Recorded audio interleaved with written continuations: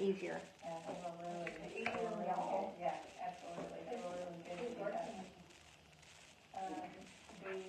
I'm going to work with Haley Monday, and then the other therapist who's been working with Brady, and then Miranda works with Brady some too. So they were very, very kind. It was originally wrote for OT, so there's only one OT in like season, and they couldn't get her in. It was going to be like over a week for her first appointment. Who is it? Over here across the road. I don't know who it is, but across the road is the only one that they. Is it called Christian? Well, I was going to say if there wasn't COVID at the nursing home, they have outpatient there. We do outpatient. It's not a lot of people here, like other people come in. I was never to do PT, which they said the OT could do, what she did also. But I really felt like You could get it free. Could get it free. Can't go to care. They go free. Well, thankfully they gave us some exercises too, but. Kim's like, no, I need her to go somewhere. I need a break. Well, no, just they had to work with her, so I know it's done right. So, like even our at-home exercises were not as faithful as we need to be. It's hard when you're home. Motivation. Because you're not home. Well, I know when the home health would come, my dad was like, you know how to do it. Why can't we just let them not come? And I'm like, because sometimes I just need somebody else to come to make sure you're doing it right, to make sure we're progressing like we're supposed to. And home health is not as aggressive as they used to be. They had a pain in his back, and he told the physical therapist yesterday, and she like basically realigned him, and now he's not having that pain in his back anymore. So, That's awesome. Things like that they can watch out for and fix. But if we were to help exercise, we wouldn't have known to add something additional in there to get that straightened out. So. I would like how long did she do like his leg when he stretched? She taught me that. You know, when he told her about it, he was cutting down his gabapentin and his back was killing him, the nerve pain from it. And she said she's going to take her to fix it. Well, tell me, if you should work with it, she'll get the rest of it out. The other one? Yeah, she should. I need to have one that, I can't think of her name, but it's terrible, she's like, she's a lot. She's the one taught us, I've done that to Toby, I've done that to Chase, I've done that to my mother-in-law. Are you And they're like, wow, that works. Yeah, and it really helped him, so. Pretty cool. Anybody have any prayer requests? If you have any online, you can put them in the chat box. If I don't see them now, I'll see them later. We need to keep praying for Braden and all the Benfields. Angela and Ben need to come home. I've seen where Angela's still in a lot of pain, so we definitely need to be praying for her pain. I can't imagine. I seen they had her trying to walk with a walker, which I thought was insane. She was doing good, but I'm like, she's got one foot in a cast, an arm in a cast, and she's one tough lady. Broke bones in the other foot. One tough lady. One tough lady. I think Kim said Crystal's sick. We need to remember Crystal. My mom's baby sister, Beverly, she's in her 60s. They've given her 2 weeks to live. She found out she had cancer a couple of months ago. So we remember my family on that. My cousin on my dad's side, Tammy, she was in excruciating pain and they had to put her to sleep to do an MRI, and she's got narrowing of her spine, and so they're going to have to figure out what to do with that. She can't sit, stand, or lay down for more than 15, 20 minutes at a time. You met Tammy at the funeral. She's really awesome. And then we met a girl Saturday on outreach. Samantha, her daughter had a procedure today for at Vanderbilt for an electrical issue in her heart. So it's going to take like 4 hours to do the procedure. And her daughter's name is Bella. Her name's Samantha. Her husband's name is Chris. And her mother-in-law, Teresa, is there also. So she just asked us to be praying for all of this today. Mm-hmm.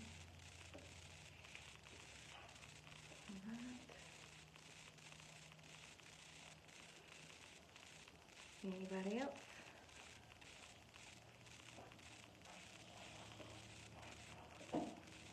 Need to remember member in the Skelton family. Sister Gail looked better Sunday night than she looked Sunday morning. So, it's got to be hard losing a child. He wasn't very old. Well, I guess it doesn't matter how old they were. I don't know why we say that. It's hard to lose anybody. I don't really care. I don't really care. Anybody else?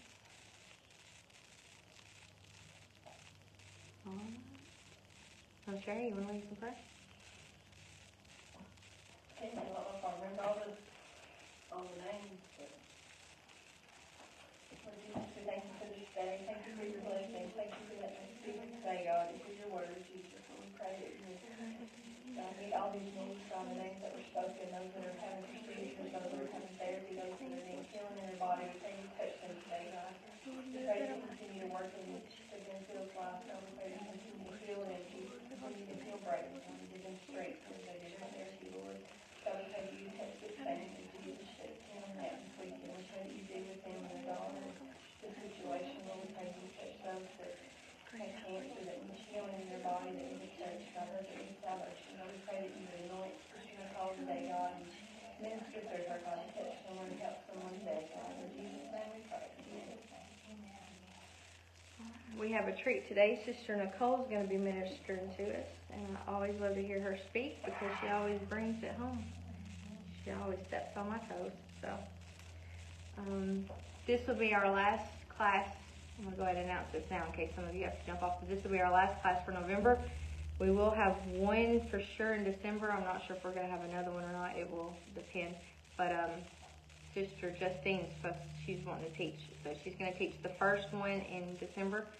Unless something changes, if it does, just look online. If something comes up and she's not able to teach, we'll cancel for a holiday. But as of right now, we'll have a class, at least one in December, possibly two. And then don't have to hear from me again until sometime in January. But Sister Nichole's going to come and give us what the Lord gave her.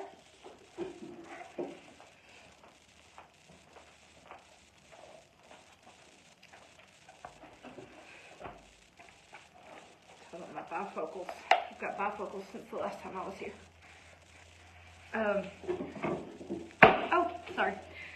So, I, again, struggle with where God wanted me to go, and I pulled out all the Joy Haney books. I was like all this stuff, and none of it was it just wasn't where it was supposed to be. So I dug back through some old things that I had, and I may have pulled some of this before, but I felt this just very deep, and especially after this weekend when I went to the fall youth retreat with the kids, and the speaker there just did a phenomenal job and really spoke into my life, and it kind of had to do with this, and so the thoughts started kind of coming, and I didn't put it all together until the last minute, because that's just the way the Lord works with me. I can pray for weeks ahead, and it's the day of, But I want to talk to us about our identity, and mainly an identity crisis. But the simple definition of identity is who someone is, the name of a person, or the qualities and beliefs that make a particular person or group different from others. So an identity crisis is a feeling of unhappiness and confusion caused by not being sure about what type of person you really are or what the true purpose of your life is. And you'll soon see that I have very much struggled with this in my life, and I had Donovan to read this morning just to make sure it all made sense, and he's like, well, that is really the story of your life. So it took me a really long time to find out what the true purpose of my life was. And I'm getting ahead of myself. But my life and my identity. I was born Dina Nichole Cobb, and that's still hard to say, on August 9, 1977 to Marty and Karen Cobb. I am wife to Donovan Burnett and mama to Andrew, Emily, and Natalie. That is my identity. That's who I am. I'm a talker. Everyone knows it if you're around me very long. Growing up, everyone knew when I got to church, or if I wasn't there. It's always a little different. A lot of people talked about that, and sometimes I was even made fun of, or either I interpreted it that I was being made fun of. Even as an adult, I've had people, talk about that.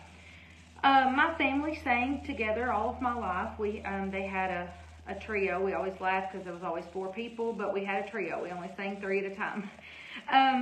But I didn't want to be. We sang for years and years. It was with my cousin or my aunt and uncle, and of course me and my cousins were there, and so we'd get to sing a song. I didn't want to be the one that could sing like a bird. I didn't want to be the one that could sing parts. I wanted to be the pretty petite one, and that was never me. So 16, 17 years old, I was 17 when I graduated, and the summer between my junior and senior year, my dad and I went out west. My grandparents had a car accident, and so he's like, there would be a chance to see part of the country he grew up in. So we went to Wall, South Dakota as part of our trip on the way back, and I bought cowgirl boots, 2 pair actually. I bought Western outfits. I have a belt buckle with my initial on it. I love the rodeo, but I was dating a cowboy at the time, so I needed to fit in. So I did, or attempted to. 17 years old, we had moved into this house, and it had been a doctor's house, and he was a huge Tennessee fan. His office, which had orange shag carpet in it, he was a huge Tennessee Vols fan, okay? And my bathroom downstairs had Tennessee orange countertops in it, and avocado green and orange and white wallpaper. So we took the wallpaper down, we painted it white, and I kept the orange countertop, and I got all the cute little Tennessee prints, because guess what? My boyfriend was a Tennessee fan. So, I'm sorry, y'all. I think that's probably my phone telling me it's time to go get Natalie, and she's not at school today. I'm sorry. So I had a picture in my mind of who or what I was supposed to be, or who I was to become, and that was based on my surroundings, and I had to make it happen. So lots of things affected this. Even as I got older, I graduated the top 10 of my class and didn't go to college. I stressed about that till I was in my early 30s, and I had worked so hard to make the grade, and then I didn't use it. Kids I babysat through my teen years. They graduated from college, got great paying jobs, they were successful in their fields, and I still worked for my parents and had a couple of children. It was like, it just, the way I put it this weekend is I just wasn't enough. I wasn't enough. I wasn't enough to get all these things in, and we were laughing, but I graduated with Chad Clifton. He played for the Green Bay Packers professionally after that, and our 10-year class reunion, he married a girl that we graduated with, and so my last name was Cobb, his was Clifton, and he married a Carmichael. So for years, we would sit in alphabetical order, and so it's like I grew up with them. They came in, they flew in from Green Bay, and they went to their Nashville house and bought a Cadillac Escalade on the way to our 10-year class reunion. Now the rest of us are just still struggling, trying to keep our heads above water, and so it was these kind of things. I wasn't enough. It seemed to be. All of that to me tied in with my identity crisis. I always seemed to struggle with my look, hair, clothes. Even my own mom asked me why God gives me girls, because I didn't know how to fix hair.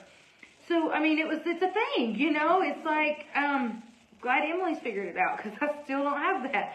But I had my pastor's wife pick me out an outfit or two. She was my friend, and it wasn't Sister Bonnie. I wasn't really sure if my outfits went together, if it was something a little off the beaten path, She would put this together, and now surely this would be my identity. I was going to be the sharp dresser, whatever. So a few years back, and this has been several years now, but a lady moved into the Tennessee district, and she was beautiful. Every hair was in place. Her outfits were always sharp, and so I ended up at her yard sale one time with my mom, and I thought, it's going to be cool. I'm going to buy some of her clothes. I'm going to have this look to carry on, and it would make me a success. Literally, y'all, I thought these things, but you hear the saying, dress for success, and so my mother has sewed all of my life. And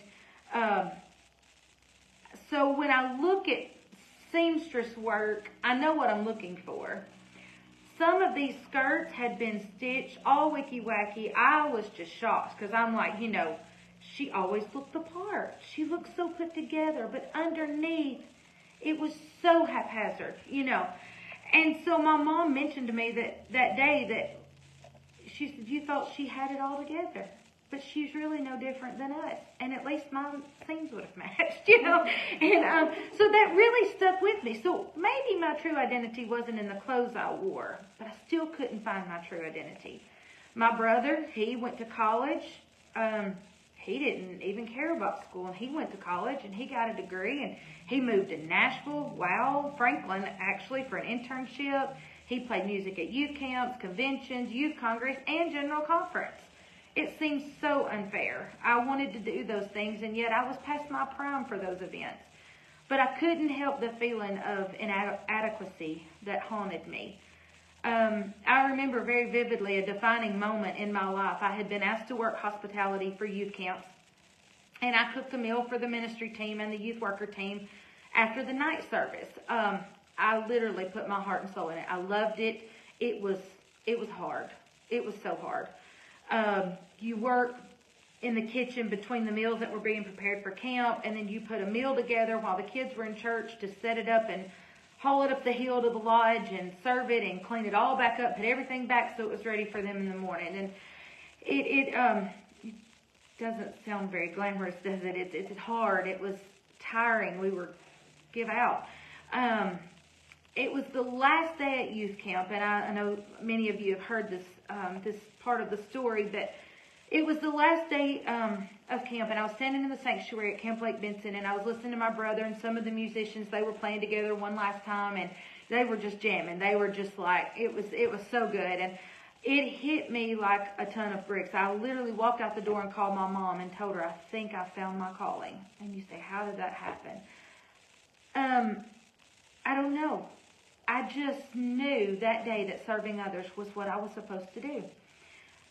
That did not fit in with all the things I wanted to identify myself as all these years. I had tried to find my identity in man's eyes and not God's.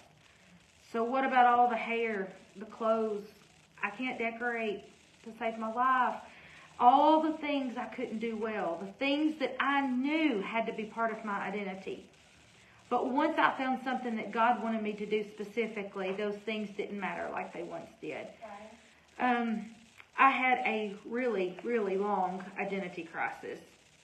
Did it immediately get over because I found my calling? No.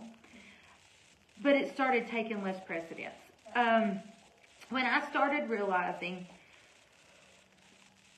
skipped ahead of myself. But maybe you've had times in your life that you've struggled to know who you were or what your purpose in life is. Maybe you've asked the question, who am I? I will help you with that to the best of my ability. When I started realizing that my identity wasn't in the clothes I wore or the newest, latest hairstyle or shoes, when I realized my identity wasn't in the number of friends I had on social media, nor was it the famous people I could call my friends, that's when the biggest part of my identity crisis ended. I can name drop. I've sat with people that were famous to me. But it didn't save my soul. It didn't, I've got bragging rights if I chose to use them. But we sing a song, I know who I am. I know who I am. I know who I am. I am yours. And then it goes into, and you are mine. Jesus, you are mine. Do we really know who we are? I don't think we do. I know I don't. Even still, I have to remind myself of these things. But this is who Jesus says we are. And in Exodus 33:17, I know thee by name. Zechariah 2:8, you are the apple of my eye. 1 Peter 2:9, you are a chosen generation, a royal priesthood. Proverbs 31:10 says, her price is far above rubies. How is it that we are royalty, and yet we struggle with low self-esteem, depression, anxiety, doubt, and fear? But that didn't take the reality away that for so many years I couldn't find that. 1 Peter 5:8 tells us we have an adversary seeking whom he may devour. He is crafty and he is subtle. And if he can get us to concentrate on our image and creating our own identity, and we get so caught up in that, then we forget who we really belong to and who we really are. John 10:10, the thief cometh not, but for to steal and to kill and destroy. I am come that they might have life and they might have it more abundantly. We sing other songs like I am a friend of God. We have famous friends. We have a famous friend that sticketh closer than a brother. Maybe your identity is being a prayer warrior, teaching Bible studies, helping your pastor's wife, cleaning the church, music, cooking, inviting people to church. The list goes on and on. Maybe you're still searching for your true identity, or you were in the middle of an identity crisis.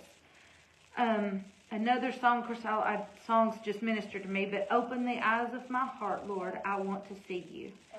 And the rest of the first song that I mentioned, I Know Who I Am, it says, I was running and you found me. I was blinded and you gave me sight. You put a song of praise in me. I was broken and you healed me. I was dying and you gave me life. Lord, you are my identity. And so today it would be my prayer that you find your true identity in God. And when you find your true identity in God, it will come from the heart and it won't be superficial.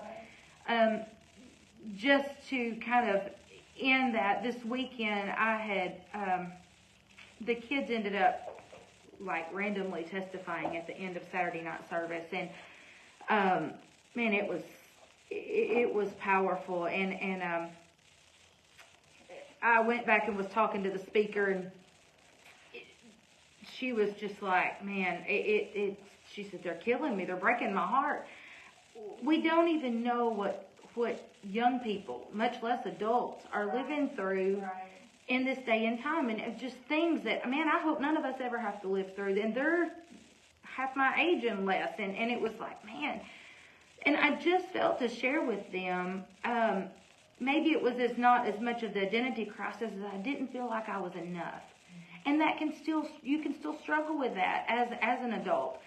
And so in that, at the end, and just because to protect her identity, for safety reasons, I won't give her name here, but she came to me afterward and she told me, that God said I was enough, but he said more than that, you're not too much. And that's being very transparent today, because that is, just like the talking, I feel like I'm too much sometimes. And I walk away feeling like there was, I have went back and apologized to my family before because I feel like I dominated a conversation or whatever. And God was assuring me that I was enough, but I wasn't too much. And he loves each and every one of us enough to give us those nuggets, and to give us that, to help us. It doesn't look the same. My identity doesn't look the same, but our thumbprints are not the same. None of us have anything that is alike. And so I did use Sister Kim as an example this weekend, but it's like, I may never pray like she does. I may never be able to talk to the people that she does. I may not witness the same. I may not do the same. But I text my husband. I will never sing like Nichole. Well, it's like, I told him about the time when I thought I was broken and I didn't work. And it was not a brokenness in spirit. It was just that I was broke. And so I tried to find my identity, even after we moved here, that, okay, well, now, what does Sister Kim do? Okay, now, if she reads her Bible, this song, and we try to take that pattern and create our new identity. That is not what God intended for us to do. It is taking me a really long time to figure that out. Yes, there are days I still struggle with it, but for the most part, today, an unexpected thing came up, and I texted my husband when it was over, and I said, that meeting was a great investment of my time. And it was just a God moment. It was just a thing. And before, I would have told you, oh, I've got to get back because I'm supposed to be here. And I would have just pushed that aside because somebody else will go eat lunch with that person or somebody else will go do this. So whatever that is, whatever you feel that nudging, if it's a good thing, it's not of the devil. So you can go ahead and do it. Even if you don't know, I'm that one. Well, God, now I need a Post-it note from heaven. I will promise you, God did not give me a Post-it note last night or any time over the last week. And I struggle with it. And I was talking to Donovan, and I knew he was going to talk about strongholds tomorrow night. So I was like, oh, here's one about strongholds. I can do that. And I realized that is not what was affecting me at that moment. And so I kept digging. But after this weekend, it really made me stop and think. There's so many things, and I don't have the answers. I don't have all of it together.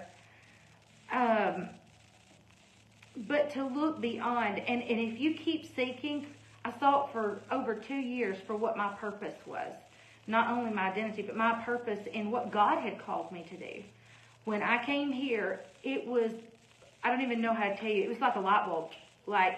And our previous pastor had asked us, said, you pray for your purpose. This is going to be your kind of thing for the year. I prayed for a solid year. Nothing. I mean, blank. I came here, we walked in the door, and we were here, I think, 2 services, and then went and talked to Brother David and Sister Bonnie, and I knew immediately what my purpose was. And I was to be Sister Bonnie's right arm. So whatever that looked like, that's what I was supposed to be. And there are days I get sidetracked from my purpose or where my identity is, and I'm thinking, oh, but that looks really good over there. I really would, I wish I could be like this. And then yet, that's not what God called me to be. It's not what He asked me to do. And so I'm still struggling through, but I am way further down the road than I was when I remember my pastor's wife putting an outfit together. And y'all, I walked in church like I was so pretty because she'd put it together. When I look back at it, I'm not sure I even matched. I was like, you know what? I looked at myself in the mirror today, and I was like, I don't know that your top is supposed to hang longer than these long sweaters, and I really wished I had some boots, but I'm too hot, and I felt foolish to wear sandals today because, it's kind of winterish outside, and I'm like, she busted me because I wear flip-flops in the winter. Let me tell you, if I hadn't thought y'all thought I was weird, I would have worn my sandals today because my feet are hot. But I looked at myself and I thought, you know what? I cannot worry about what I look like. I match, I'm clean, and I can kick my shoes off under my desk and don't have to take boots and socks off, and it'll be okay. But it's taken me 45 years to get to the point that I can say, okay, so I didn't look put together like this one, or I didn't do my hair like this one. Y'all, it's literally got a scrunchie underneath and pins that's falling out, and they're scratching my head. But it's up, Well, it's it's kind of falling. But I was like, but I used to be so tied up with the fact that if my hair didn't look just right, I can look back at pictures. My son and Jerica Forster had, at different years, won the Real McCoy contest, and I took them. So for 3 years, I went to the Real McCoy contest in St. Louis, and you meet the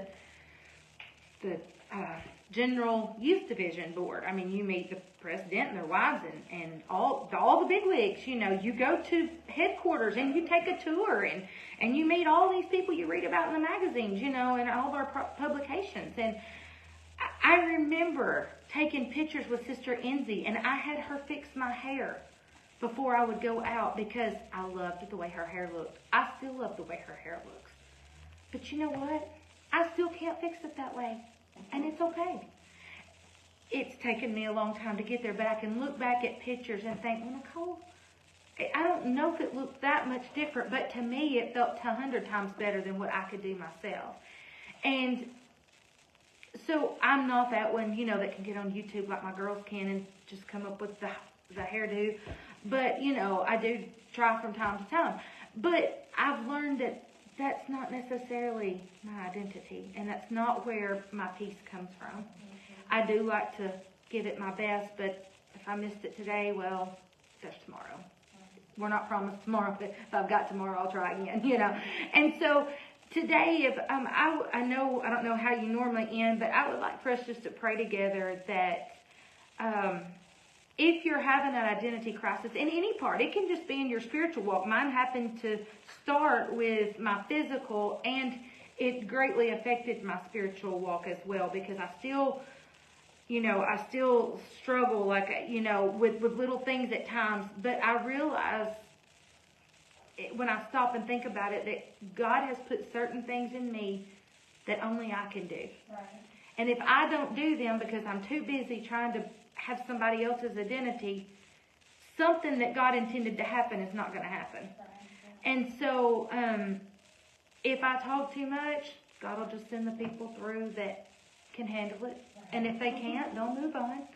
I have learned that God gives me a big mouth, and if I don't know how to decorate, He gives me friends that know how, and I just ask. Took a long time to get there, because I was like, I didn't feel like I needed to ask that. But I think, like, for instance, pastor appreciation, there are so many things I don't know what to do with, but I just give it to somebody else, and they do it, and I don't worry with it. It's lovely, and they love it because they have something to do, and they feel a part of something different, and they're doing what they love to do, and I hate it. It makes me panic.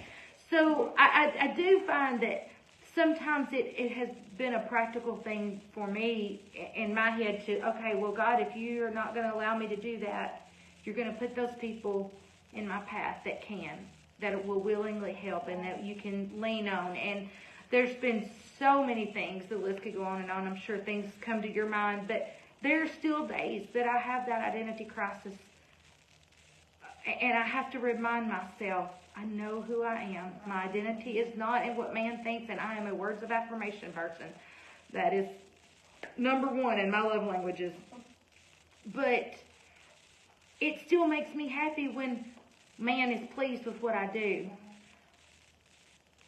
But if man is not pleased, and I know that God is, that's all I've got to worry about. And that's hard. It's still hard for me some days, but some days I can just go in there, and the front, if you're walking in the church, that front right corner is my spot. Over there somewhere between that door and the columns. And me and God can just talk about it. And I can tell him, God, I'm just not feeling this today. I don't know. I'm struggling because I really would like to be like this one. I would like to be like this one. But, I don't want to, that scares me about that person. So I want to pick the pieces and put me together like I want to be put together. And he gently reminds me that's not who he made me to be. And so let's just pray together today. If you're not having an identity crisis,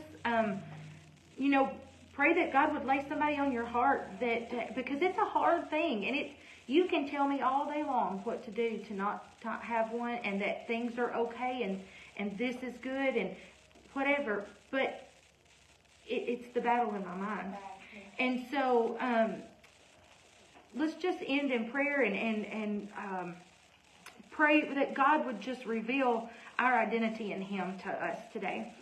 God, we love you, Lord, and I thank you so much, God, that our identity is found in you, God.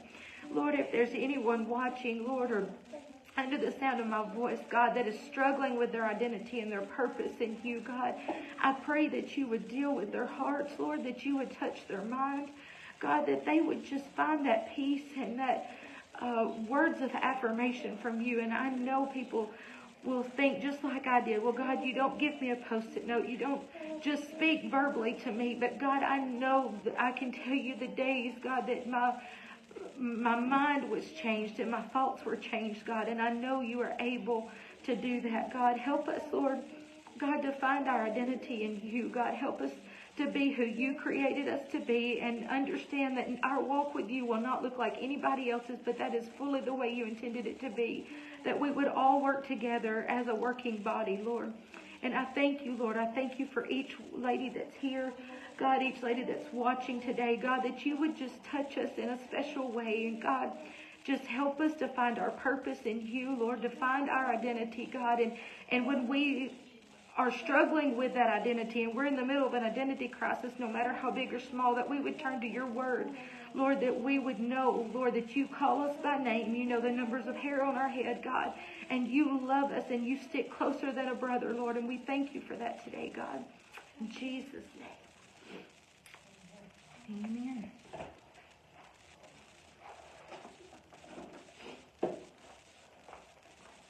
Well, Nichole, that was amazing, as always.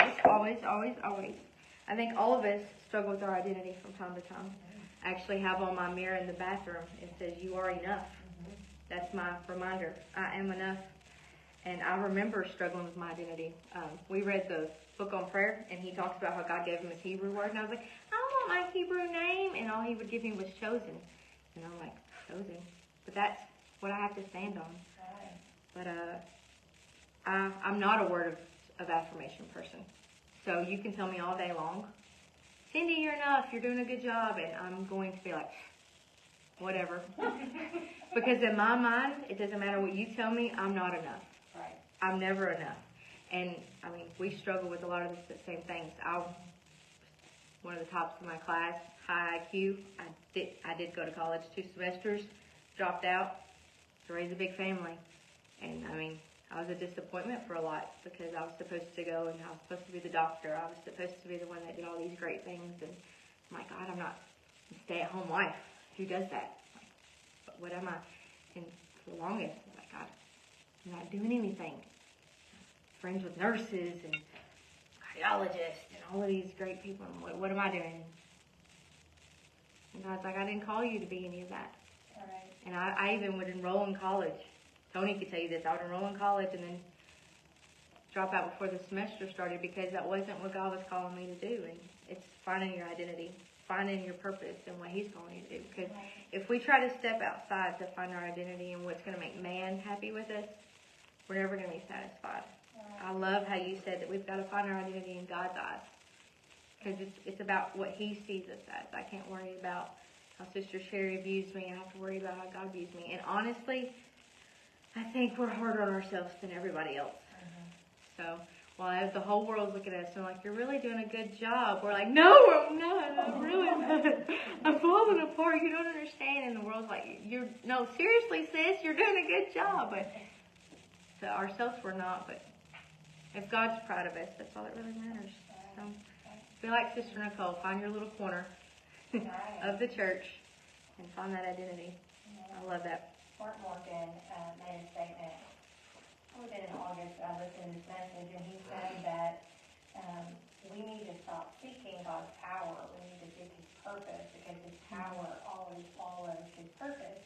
And so when I thought about that a lot in churches, in church services, instead of just praying for the power of God to fall, I'll say, Lord, let your purpose in the service, let your purpose take place. Let your purpose be revealed in the service because your power will follow. But as she was talking and about that specifically to identity, I thought, how powerful is that? That when we find our purpose in him, that's where our power is revealed. If Nichole tries to be someone else, her purpose is never going to be found and the power will never be there. She's just going to be replicating a part of the body that's already maybe functioning. And so she's got this area over here that he's ready to work through her, that when she finds her purpose, his power is released when she has found her purpose. So I thought that was really powerful, that we need to be praying that in our own identity. Lord, let me find my purpose so your power can be revealed. Absolutely. Donald was saying last night, he said, an eye and a big toe don't do the same job, but we want both of them. And if you've watched Sister Tangi and Will lately, they broke a little toe, and they're hobbling. One little toe on a body the size of ours, and yet it makes such a difference. And so if the eye's not doing what it's supposed to do, and your big toe's not balancing, and all of these things working, then it's not in harmony. It's not, it's not a cohesive unit. And so it's taken me a long time to realize that if I am just whatever part God created me to be, it makes everybody else, when we all work together, it all works I'm not saying it's like a little old machine, you know, and, Unity and power. yeah, absolutely. Right. And I was always raised, they told you to find somebody in the church that you wanted to be like. And I took that as mimic them, try to become them. That's not what they were saying at all. So like Sister Kim, I wanted to be like Sister Kim, but I don't try to become Sister Kim. So I just see what her habits are. And so I don't try to mimic her, but I try to establish those same habits in my life. So I know she has a prayer life. I know she has a devotion time. So I just try to incorporate those in my life, but I have to do it in what fits in my life. Not the same way she does it. I don't sit on a beautiful back porch like she does. And no, mine looks different because I have to duck and dodge, and it depends on what room I'm in, depends on what my kids have passed. And I have to hide from Mark. So it looks different for me than it does for her, and that's okay. That's okay, but it's the following the pattern that she has set without being a cookie cutter copy. And that's what God's called us to do. He's called us to establish. He said, train up the younger. We teach the younger, but we're not making carbon copies of ourselves. The same way we do with our children. Same way. We're not trying to make our children be just like us because they're not. We're imparting morals and ethical things into them, but they're going to be the person God created them to be. We're supposed to launch them, not just trying to make them be and act and do as we do, because what if they miss out on a ministry God's called them to do? What if one of my kids is going to be a singer and I hold them back because I can't sing? I really can. So even those we look up to or those we are mentoring, our goal is not to make a carbon copy because we're totally neglecting all the beautiful things God put in them that's going to bloom quite differently than it will bloom in us because their purpose is different. And too, another thing I did want to bring out, when she was talking about identity, I thought, sometimes I think you were talking about your calling and your purpose. Don't think that if you're called to be something that's the same as somebody else is called, your calling's going to look identical. Right. Because I think sometimes we get confused. Like, I'm called to teach, Sherry's called to teach, Kim's called to teach, but if you listen to us all teach, we teach very different. Right. Because we're all very different. Right. It's like Nichole spoke. Are you called to teach? I think she's called to teach. She sounds like she's called to teach. She teaches like she's called to teach. We're all called to teach in some form of fashion, but we're all going to teach in a different manner because we're all going to reach a different audience, and we're all going to be able to teach in a different manner and say it a different way and reach out a different way.